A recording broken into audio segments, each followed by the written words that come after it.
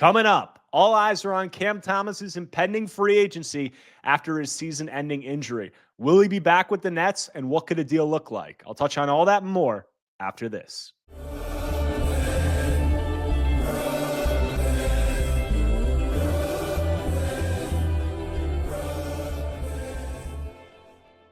What is up, Nets world? We're back here on the Believe in Nets podcast on the Believe Podcast Network.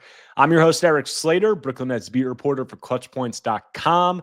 And before we get into anything, please, if you don't already, go to my YouTube channel at Erik Slater NBA. Subscribe if you enjoy this content, like the video, comment, anything you can do. Just takes a second. Really appreciate it. It means a lot. But on today's episode, we are going to be focusing on one Cam Thomas, who obviously is out for the season for the Brooklyn Nets, suffered a season-ending hamstring injury during last Thursday's loss against the Chicago Bulls. I touched on this on the open of my last episode, but today I just recorded an interview with Yossi Gozlan, who is an NBA salary cap expert and just one of the best around the league at media people, having their finger on the pulse of the salary cap of all the teams and different things and machinations of the CBA. So we spoke about Cam's contract, what his next contract could look like. We spoke about the odds that he could return to the Nets. We also spoke about the Nets cap space at large and things that they can do to utilize it, as well as the landscape of the rest of the league and who else could potentially have cap space. So touched on all that. That was a great talk, but just a little background on Cam Thomas's situation. This is obviously the end of his rookie contract. The Nets took him in at the end of the first round in the 2021 draft, and he really obviously was on the bench for his first couple of seasons, even after the Nets traded away Kevin Durant and Kyrie Irving midway through his second season. They brought in Mikal Bridges, Cam Johnson, Dorian Finney-Smith, Spencer Dinwiddie. Cam still remained planted on the bench during the second half of that season, and there was really a shift. Last season, he came into the year, was coming off the bench. His role wasn't quite solidified, but he was really starting to emerge as the Nets' top scorer when given opportunities. And then midway through the year, Jacque Vaughn's obviously fired. Kevin Ollie replaces him as interim head coach, and Cam is the unquestioned number one scorer at that point. Mikal Bridges is really starting to fade, and Cam has a really nice stretch showing some encouraging scoring, efficiency numbers, and more importantly, the playmaking really started to look like that's something where he could continue to develop. And then this year he comes in under Jordi Fernandez. He is the Nets' number one scorer. There's no question about it, but he battles these hamstring injuries. He had 3 of them, and, he was scoring when he went available, but he only played in 25 games, and his efficiency up, shot around 44% from the field, 35% from 3, 88% from the free throw line. So the numbers were getting better and decent there. I think the passing and the defense still left a lot to be desired. The playmaking numbers, I've outlined this on recent episodes, but Cam's numbers, where he ranks among the other guards in the league in terms of the guards who lead the NBA in touches, his potential assist to touch ratio was still towards the bottom of the league. So if you're looking for a metric to measure the willingness of a passer, Cam was still ranking towards the bottom of the league in that. But he came back from this most recent hamstring injury, or his second hamstring injury, and he had some really encouraging games. Had a 7-assist game, a 6-assist game. His last game of the season was ironically his best playmaking game of his career. Had 10 assists in that game over the Bulls. So there is, he's shown flashes and signs that he is able to do it, and he has the ability to read coverages, but it comes down to a willingness, and there are some times where he's missing some passes that you'd think that he would make, especially in some key moments in these recent games. So Cam's a really interesting case study. He slid in the draft. A lot of people knew he was an elite scorer. They didn't know if the playmaking and the defense, the shot-making efficiency would come along. He's really, in my opinion, proved that he can be an efficient scorer in the NBA and score against NBA-level defenses. It's just a question of his player archetype as an undersized guard, a guy who struggles to defend, not a great playmaker up to this point in his career, is definitely a tough shot maker and can make shots a few other guys in the NBA can make.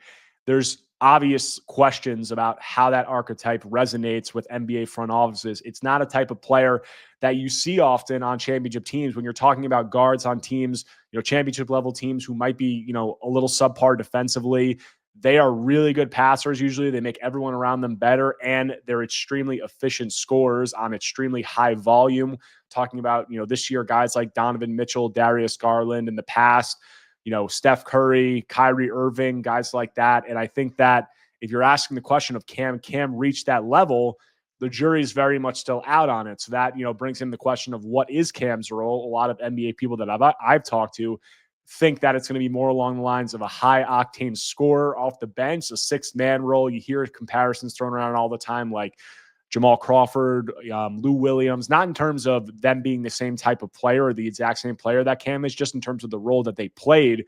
And if Cam isn't going to round out those other aspects of his game, which he definitely can, I'm not saying he can't, but up to this point, there's questions. If he can't do that, the role is going to shift away from a starting level player and closer to maybe a reserve role or a guy that can carry second units on high level playoff teams or championship level teams. So if he wants to have a role on those teams. So that obviously will all impact what Cam's market looks like in free agency, as will the entire cap landscape of the NBA, which is extremely interesting when it comes to the Nets this year. So I spoke about all of that with Yossi. I think it was a really good interview and very informative in terms of Cam's situation and the Nets situation as a whole entering this offseason. So I really hope you guys enjoy that after a quick break.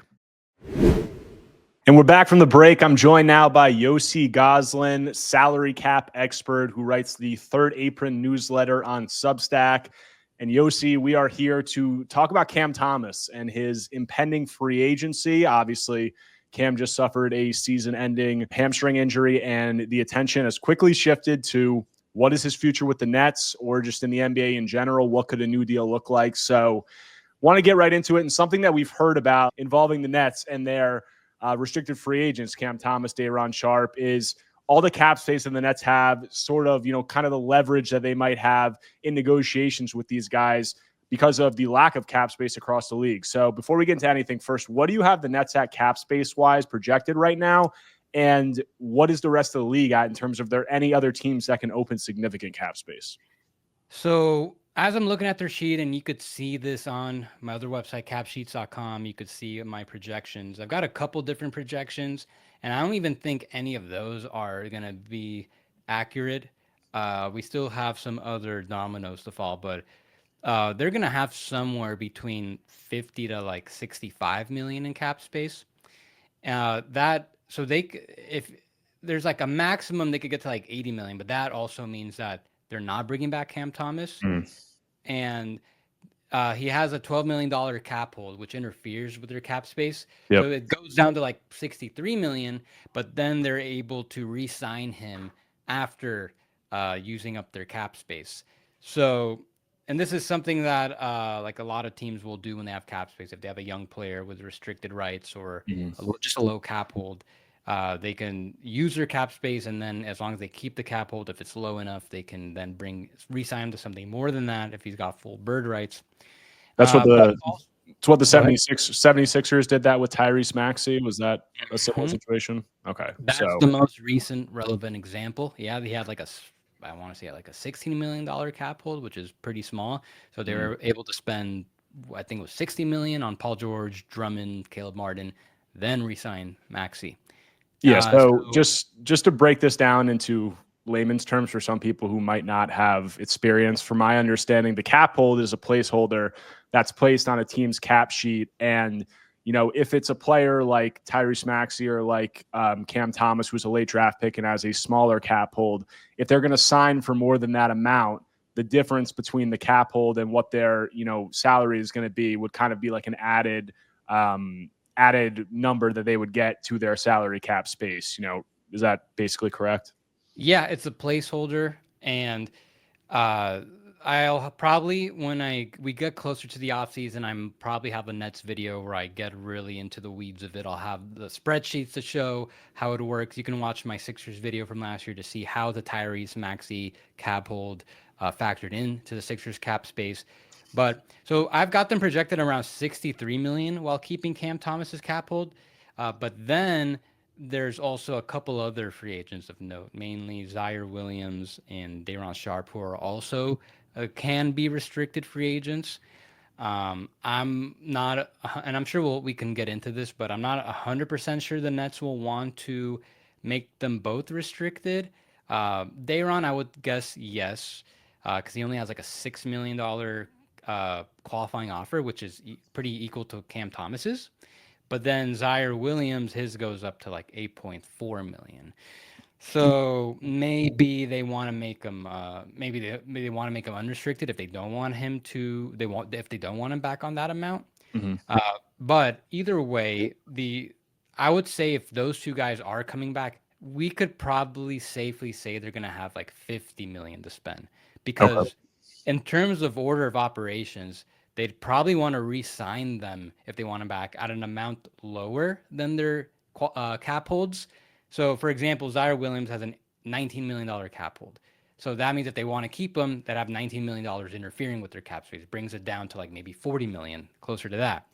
But let's say they bring him back on like $8 million a year. Okay, so now instead of having that big cap hold, you just have him on his actual salary, which is less than that, and you could still have like north of $50 million in cap space. So I think that if those two guys are a priority to bring back, they're gonna want to try to bring them back at like team friendly amounts that are ideally less than the non-taxpayer mid level. Versus Cam Thomas, he's probably going to get something closer to like $20 million a year.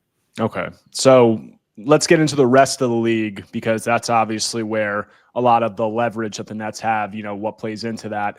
Are there any other teams right now? Obviously, there are more dominoes that are going to fall, but based on what you have projected right now, are there any other teams that can or you think will open significant cap space this summer? Well, I don't think so. It might just be Brooklyn. As I look, there, there is the Pistons. Now, after the trade deadline, they were projected to be at about like $25 million in cap space. However, a lot has changed since then. Mainly, lots of injuries, especially the Victor Wembanyama. So he's out of the awards mix. He can't be all NBA. And now, as I'm starting to see who's qualifying, I think Cade Cunningham. I think he's going to get voted in. Whether or not you think he's on NBA, that's what I think the voters are going to go for, and that would elevate his increase his max contract to the 30%, so he gets like an $8 million raise next year, and then that would bring it down to like 17 million. In that case, if you're the Pistons, that's not a significant amount. Like you can use that 17 Yeah. million dollars in cap space, but I don't think that's going to be enough for Cam Thomas. And And they have they, free agents that they have Malik Beasley and some of these free agents that they have to bring back, right? yeah, so I just get the feeling they might just not really try to use their cap space. Mm. Maybe like to get an upgrade. They already have most of their rotation set for next year. If they just want to bring back Malik Beasley, maybe they just end up using their cap space to take on a bad contract with Mm. draft picks. And then the only other team with cap space might be the Grizzlies, but it's only like 7 million. Mm. And that's so they can potentially renegotiate Jaren Jackson in case he doesn't qualify for All NBA and then wouldn't be able to get the Supermax. So that's just a little hedge they did by trading Marcus Smart to Mm-hmm. be able to do that. But he's back now. Jaren's back from his injury. Um, as long as he stays on the court, will be I think it'll be a lock for All NBA, Mm-hmm. one of the teams, and that just leaves the Nets. They probably going to be.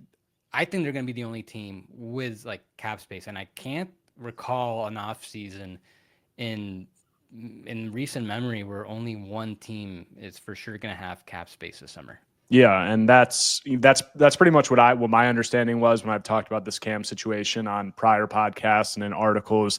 The Pistons were the only other team, and obviously there's things that could impact how much. And even so, with Cade in place as their lead ball handler, I don't think they would be looking to use that cap space on Cam Thomas. So that really puts the Nets in an interesting position. You just said you don't remember an offseason in recent memory where one team has kind of hoarded all the cap space. So when you have a restricted free agent like Cam or even like Day'Ron, but Cam in particular, it seems like the Nets just have a ton of leverage here because what other teams could be working with, the most other teams could offer him is that non-taxpayer mid-level exception, which is around $14 million, right? So, how do you kind of view how that could impact the negotiations between them?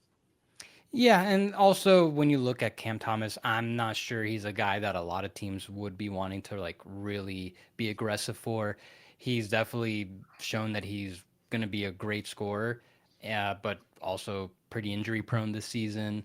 I can't say he's really done too much to show like he's going to be like a high end starter or anything like that. So yeah, I would say that with all those factors as well, mainly the contractual stuff, this restricted status, yeah, I would say that they're in a pretty great position to keep him. I think the only way he gets moved is if he is like through a sign and trade where he could get properly paid, but the Nets would be having to get like some premium return to make it worth it for them.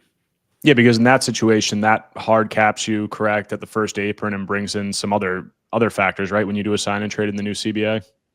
Right, but for them, like, they have to agree to it. So Mm. if they're gonna let Cam Thomas go, it's got to be worth their while mainly. As long as they get a return, whether it's like a couple quality draft picks or they maybe get in a different young player they like, whatever it might be, I would guess that's the only way he gets moved. Because even though he barely played this season, I'd still guess he's probably gonna get something between like at the floor, the high teens, like Colin Sexton making $18 million a year, but when you adjust that for inflation, maybe closer to like early low $20 million annual range. Yeah, but if we're talking, 18 to 22 million or whatever you say along those lines, the Nets are the only team that can offer him that, correct? So if that would be just them, would you say almost like a good faith offer? Because if you're looking at the teams, if the other teams can only offer him up to the non-taxpayer mid-level exception, which is 14 million, the Nets don't have to offer him obviously that 18 to 22 or anything along those lines, correct? Right. And yeah, technically, if they want, they could try to squeeze him down lower than that. But I think for a player like Cam, you don't do that. Just pay him whatever is like reasonable and what like I guess everyone agrees he's worth. I think he'll play up to that. Like we just saw Cam Johnson as a restricted free agent. They gave him 4 for 90. Mm. Um, I would think, yeah, he's probably also going to get something similar in that ballpark. And I think it's a really interesting situation with Cam because of the leverage the Nets have from nobody else having cap space, and also how Cam views himself. Like me and other Nets reporters talked to Cam before the game a couple of days ago after they announced that he was going to be out for the season. And I asked him if he felt that he's done enough to, solidify his place as a core piece with the Nets moving forward. And he said in a very Cam Thomas way, I feel like when I've gotten minutes consistently that I've been one of the best guards in the NBA.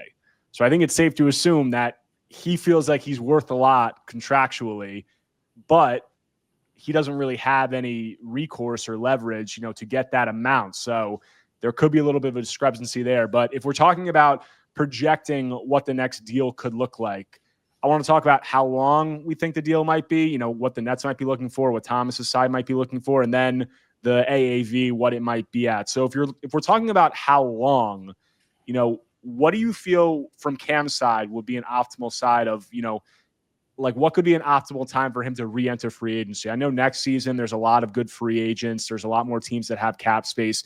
Do you see this seeing something where it could be like a shorter, like a 1 year deal or a 1+1, or, is a longer term deal on the table, you think? Well, as far as when is a good time to become a free agent, that's still very unclear, very tough to answer because we could have looked at this offseason for a while. 2025 was viewed as that might be the time when a lot of good players, because you see who can become available, but then they all extend. And Yeah. 2026 has now been the same thing. Well, Luca and Fox just got traded, and they're probably going to extend with their new team. So then that's it. That one's going to be a dud too. So yeah, like unless team players stop extending at the rate they've been doing since COVID, I just do not. I can't really predict when would be a good time. Now, the longer the deal is, more likely the more team friendlier it is, as in Yep. like lower the amount annually. So I keep bringing up Colin Sexton just where I think that whatever percentage of the cap that was when he signed that deal 3 years ago, I feel like that's a pretty fair comparison for what Cam Thomas is probably worth at this moment. Now, uh, one as you bring up a shorter deal, the thing that came to mind is what Jalen Green just did with the Rockets, where he Yep. did this 2+1, where it's like in the mid 30s, so it's well below his max, but it's structured where he can extend off of it after the second year and then get directly to the max. He's close enough where with the extension rules he can extend to the max if he becomes a max level player. Maybe there is something the Nets could be interested in where they do give him that type of short-term deal. Not necessarily as much money as Jalen Green, but let's say the Nets still want to have cap space in like 2 or 3 years from now. So something that they could do is maybe they sign a couple guys so they're capped out next year, and then maybe 28 or 29 they are in a position to get back into it again, and that could involve having Cam Thomas's deal align with Claxton and Johnson, who have like 2 to 3 years left on their deal. So there's a couple different creative ways that they could go about it. But that would, if the Nets are interested in that, the shorter term deal, that's probably Cam Thomas's best route to getting a higher annual salary in the short term. He could probably get a little more than the amount I was saying in the like low 20s if he does it that way. And when you look at what the Rockets were, that was the first place, the deal that came to my mind when we're talking about this type of framework. And obviously, it's kind of interesting because if you talk to people about, who's a better player between Cam Thomas and Jalen Green, like it's not, I think a lot of people wouldn't say that Jalen Green is like blowing him out of the water. So if I'm Cam Thomas's representation, I'd probably be looking at that deal and saying, hey, look, Jalen Green just got, 3 years, $35 million AAV. I think a lot of people might have been surprised by that deal. But then again, the Nets have all the leverage in these negotiations. They don't have to give him that amount. Also, it seems like a lot of people feel that Jalen Green was given that deal by the Rockets with the idea that it's going to be a large salary that can be included in a trade for a bigger name. So that's kind of what where my head's been going with Cam is the shorter term deal. It might be a little bloated. It's more than they have to give him, but he's happy. They get this deal on their books that it's not long-term, so it's not, going to hamstring them. And also it could be used in a trade for a bigger star if, a guy like Giannis or whoever becomes available. So that's kind of how I've been seeing it. But the Nets have been very, very particular about maintaining this cap flexibility and having this cap space this summer. And it seems like next summer, obviously, there's a lot of big names that could be available. It doesn't, as you said, a lot of guys extend. Free agency isn't the same as what it used to be. But it goes to my mind, I kind of get hesitant of whether they'd want to, put Cam on a number at the books where it's taking away from their cap space next summer. So is this something where, do you think that'll factor in, or do you think maybe it could even just be a 1-year deal where they roll it over and they have the cap space next summer when those guys could potentially become available? And also, who are some of those guys? Obviously, there's a lot. Let me see, actually, because I am building out my 2026-27 sheets. They could technically get in the mix again. If they even if they have Cam Johnson under contract that year, like making mid-20s. Johnson or Thomas? Thomas, I'm sorry. Thomas, yeah. Mm-hmm. I tried to make. I was already like working on that differentiation. So if they have Thomas under contract in 2 years from now, they could still have like 50 million in cap space again. So I guess the question is, what are you doing with the rest of your flexibility? Are you keeping it open, or are you going to bring in a couple other guys? So I think as far as getting into it in 2026, that they could keep Thomas in the mix. Beyond that, I guess it just depends who else they prioritize keeping long term. But who knows? Maybe Claxton and Johnson will be traded by then. And I think you bring up a fair point where with Thomas, like they could sign him to a contract, and maybe he just is the purpose is also to have it be something tradable in the future. If they don't feel like he will be a part of the next great Nets team, whenever that will be. Yeah, and I think that's something that it doesn't mean that might not be the intention. They might want to see, more what they have. He's only been, he played with a solidified role for like half or 3/4 of last season. And then this year, obviously had it, but he was hurt. So he's still very early on in the stages of his development. He's only 23 years old. So they could want to see, what do we have in this guy? We could play him a lot more next season and see how, we evaluate him. They could also at the same time have him on, that contract that would be beneficial for them to be able to trade. And Cam's a guy who hasn't gotten, he's coming off his rookie contract. He hasn't gotten that substantial NBA payday yet. So you'd think that even if the purposes were to trade him, he'd be happy to lock in a salary, 20 million annually or more. And that's kind of a similar situation to like D'Angelo Russell. We just saw the Lakers do that with him. It's kind of these teams that sign these guys to these short-term deals. Those guys are happy to take the money, but there's kind of an understanding that they might be on the move as a a salary filler in one of these deals. So I'm going to put you on the spot. Obviously, a lot of things can change, but if you had a guess right now, Cam Thomas's contract, length, value overall, what would you say? I would say 4 for. I mean, look, Cam Johnson got 4 for 90. Claxton got 4 for 100. It's probably gonna. I would guess something slightly higher than that. Maybe like just or even, yeah, 4 for 105 maybe, or like 5 for 130 maybe, something like Okay. that. And that might be a little on the higher end. Okay. But just based on what they gave those guys, I would guess it's kind of something similar in that range. And you think that they would, entertain or give him that long of a deal, with the salary cap rising, you think they kind of be getting out ahead of it and it could still be movable and that might not be a contract that would scare other teams away? Yeah, if he's like still progressing just a little bit, as long as there's no decline, if he's making under $30 million a year as the cap goes up, that's gonna be a very good deal.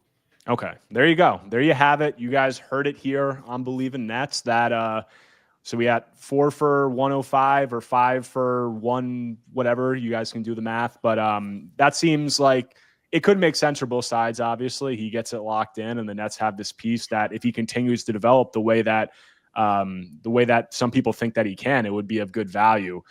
Before we round this out, the Nets obviously, as you said, they have a lot more cap space beyond whatever is going to happen with Cam Thomas, and there's a lot of different ways that they can use that cap space. They've been, as I said, very particular about maintaining that cap space. We saw them, it seems like, prioritize that in the trade when they were sending away Dorian Finney-Smith. They brought back D'Angelo Russell's expiring, and they've been looking for expiring in all these deals. They did the same thing with Dennis Schroeder when they got back to Anthony Melton. So what are some of the ways that you could see them utilizing the cap space this summer? Obviously the free agent pool seems like it's shrunk somewhat, but there are other ways that they can maneuver that could be beneficial to them. So, what are some things you could anticipate?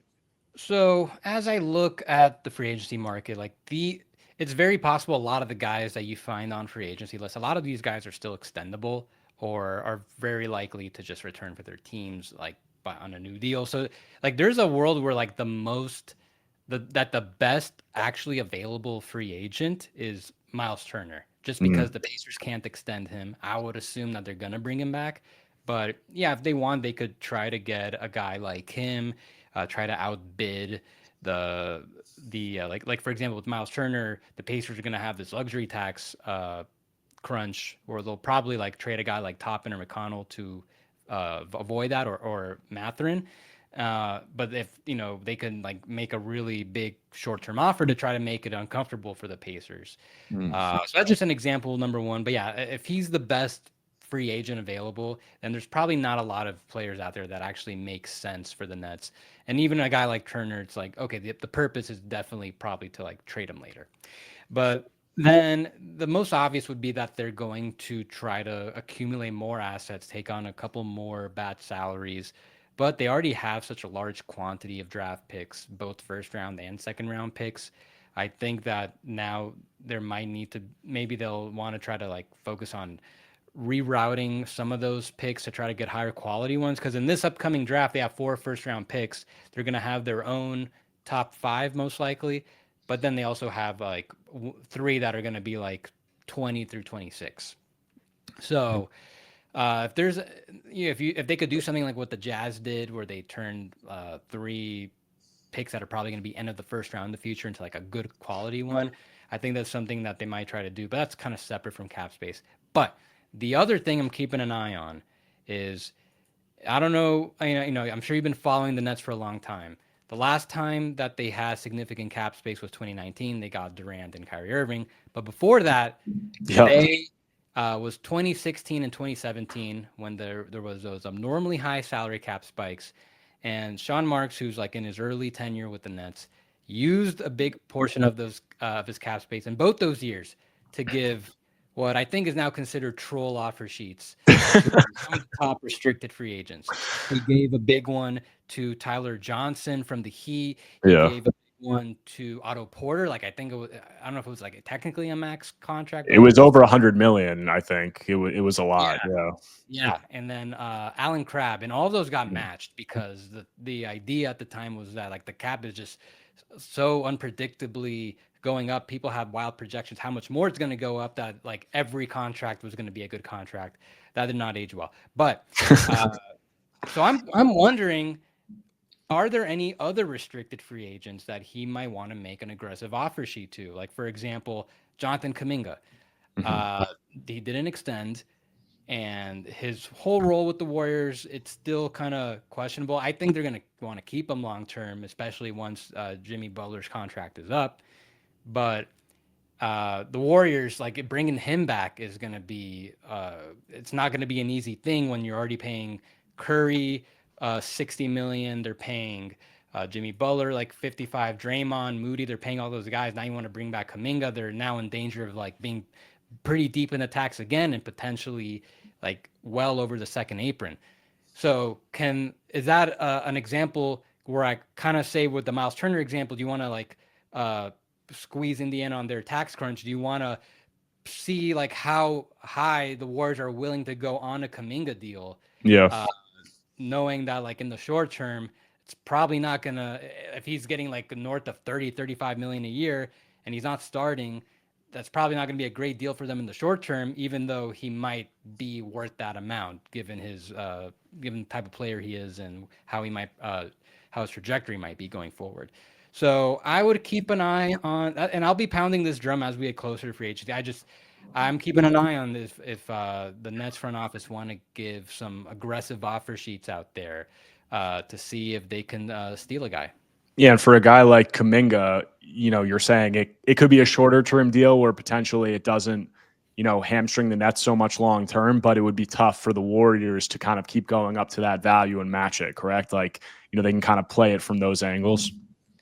Yeah, I mean, we'll see. We'll see because usually the Jalen Green thing is, I don't know if that's going to be a new trend where we see Mhm. more deals like that, but uh, I just wonder like what exactly the Warriors have in mind for what they want to pay him, and maybe they're thinking, well, if he, there's not a lot of cap space team and he's coming off the bench, maybe he won't be that high.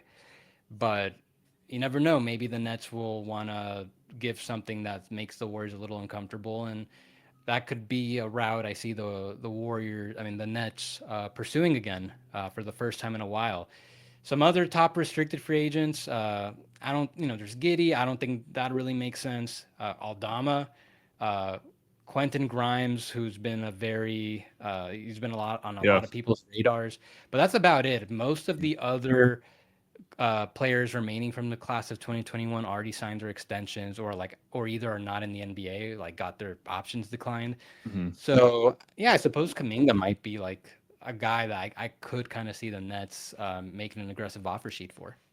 Another couple guys that I've heard, some Nets fans talk about. Obviously, they're very good players, but the Nets, potentially could go after being Naz Reid and Nikhil Alexander Walker, are two guys who are going to be unrestricted free agents. Just quickly touching on that because I think those are two guys that could make some sense for the Nets, like timeline wise. Even if they brought them in. So what do you see as their Minnesota situation with financially with being able to retain them? That's interesting that you brought them up because when I had on my podcast, I had Noah Magaro George, he covers the Spurs. We're talking Yeah. about the Spurs, and I asked him like, who would you want to bring to the Spurs this summer if you could bring anybody? He literally brought up those two guys, and those two guys only. And I'm gonna definitely start looking more into that because yeah, the Wolves situation with their payroll, it's still kind of sensitive. Yeah, they did the Towns trade to save long-term money so they can field a deeper roster, try to keep all their top 8, 9 guys, but it's still a little it's still going to be tough. The biggest factor is Randall's player option, which I'm sure they're going to pick it up. Maybe they get him to extend where he takes a lower amount. That could help with things. But as far as Nas Reed, I think there's an expectation that if he opts out, he's gonna be due for like $25 million a year. And yeah, he might be worth that amount. But kind of going back to what we discussed about Cam Thomas, who's making that offer? which might just be the Nets. Yeah, if the Nets if they like Naz Reid that much and they want to make him that offer, I think it's going to force Minnesota to make some tough decisions, whether they want to match that amount, or maybe they're going to have to trade an additional asset to get off a guy like Randall so they can uh, have more money, not only to bring back Naz Reid, but also Nickeil Alexander-Walker. So, but on the other hand, if the Nets or any other team aren't going to make those type of aggressive offers, that might just help Minnesota. I wouldn't be totally shocked if instead of Nas uh, opting out, maybe he opts in and then take a max extension. That's definitely a possibility as well, just because of how bad the market is and how few cap space teams there are. So again, I would just like we saw last year, a lot of players got squeezed. It's a little different this year because the cap is going up 10%, but now there's fewer cap space teams than ever. So as of now, I'm just kind of tempering what I think some of the best players available might actually get. They might get a little less than a lot of people expect them to get. It's a really interesting situation, with like you just brought up the Timberwolves, if the Nets go in and give a big offer to Naz Reid, have to get off a guy like Randall to open up the space to re-sign him and attach an asset to him, or same thing with Indiana with Miles Turner. But that's just really interesting because the Nets could go in and give these guys these offers where they're like, damn, if we're going to match this, we have to get off of these other guys and, attach a draft pick to get a team to take them. Then the Nets could be the team that takes those guys. So It's like the Nets could kind of be forcing these teams into tough situations and then being like, all right, you want to keep them? We'll take that draft pick with, Randall or we'll take Aaron Nesmith or Obi Toppin or whoever like that. It's just kind of funny how that could work out. Yeah, no, you know what? That makes sense. They can go to hey, we're gonna make this offer to Naz Reid. Oh, okay, you want to keep him? Trade us a first to keep Randall. I don't think the Wolves could trade a first, but but along those lines, the Pistons pick this year, but something like that. Pacers, maybe they move Mathurin now because it just seems like that he's not going to be a part of the. It just doesn't seem like that's happening. Maybe the Nets want to bring him in as a reclamation. If you can get him, just to get him. Maybe you don't have to give up something big. That could make some sense. And just with how the net season's going to be next year, that'd be a good situation for him to see what he can do. Definitely. So I think what we've definitely outlined is obviously we touched on Cam, but then with this cap space, just all the different avenues and the flexibility that the Nets have, which, Sean Marks has really harped on, when the times he's talked to the media saying in this new CBA, how much of a premium he's putting on financial flexibility. Before we get out of here, last thing, probably should have asked about it before. It might be tough to answer, but Day'Ron Sharpe, just in terms of, what a contract could look like for him, because he was hurt early in the season. He had a hamstring thing. He's come back. He's been really effective. I wrote a piece on him a couple weeks ago after he had one insane game. I forgot who they played, but it was really impressive. And he's one of the top guys in the league in terms of net rating swing. He's done a lot. Obviously, one of the best rebounders in the league. He's started taking some threes. He's been much better on defense this year. Just, do you have any sense of maybe what a guy like him could get? I've got kind of a range. I think at the worst case, he's kind of looking at what Precious just got with the Knicks, like the $6 million for 1 year. But if there is real interest around the league, and maybe there's a team willing to use a big portion of their mid-level, maybe get something closer to 10, and then then maybe the Nets just got to pay a little more to keep them. Okay. All right. That makes sense. And it'll be really interesting to see what happens with Cam, with Day'Ron, and obviously how the Nets utilize this cap space. And if you are Nets fans trying to get the lay of the land and a finger on the pulse with any of that stuff, you should definitely follow Yossi. He obviously said he's going to have more stuff leading up to the off season. You can find he has his own YouTube channel, and he is also on the Third Apron newsletter on Substack. So definitely go and check that out. Yossi, I appreciate you taking the time, man, and I'll definitely have to try to circle back and have you on as we get closer to the off season and some more of these dominoes start to fall. Sounds good, Eric. Thanks for having me on. That does it for this episode of Believe in Nets on the Believe Podcast Network, your one-stop shop for everything happening across the sports and entertainment world. I hope you guys really enjoyed the talk with Yossi. I think it was very informative, and I hope you took a lot from it in terms of what the Nets can do this offseason, what Cam's situation might look like. I think there was a lot definitely to touch on there. But as I said at the top, if you do not already, Go to my YouTube channel at Erik Slater NBA, subscribe, like this video, leave a comment, let me know what you think about Cam's potential contract, what you think the Nets should do in free agency, or other things that they can do with all their cap space. I'm Erik Slater, Brooklyn Nets beat reporter for ClutchPoints.com. You can find all of my work, constant news, updates, analysis, articles every day on ClutchPoints.com. Follow me on Twitter at Erik Slater _ live game tweets, press conference clips, analysis, all of that. You can also follow me on TikTok at Erik Slater CP. I've been trying to do some content on there lately. But we're winding down the season, about 13 games left. The draft position is obviously a big focus of Nets fans right now. The NCAA tournament starting up today and tomorrow, so there'll be a lot of prospects to watch. I just wrote an article about that on Clutch Points, so I'll have more coverage of all that and more here on Believe in Nets. Talk to you guys soon.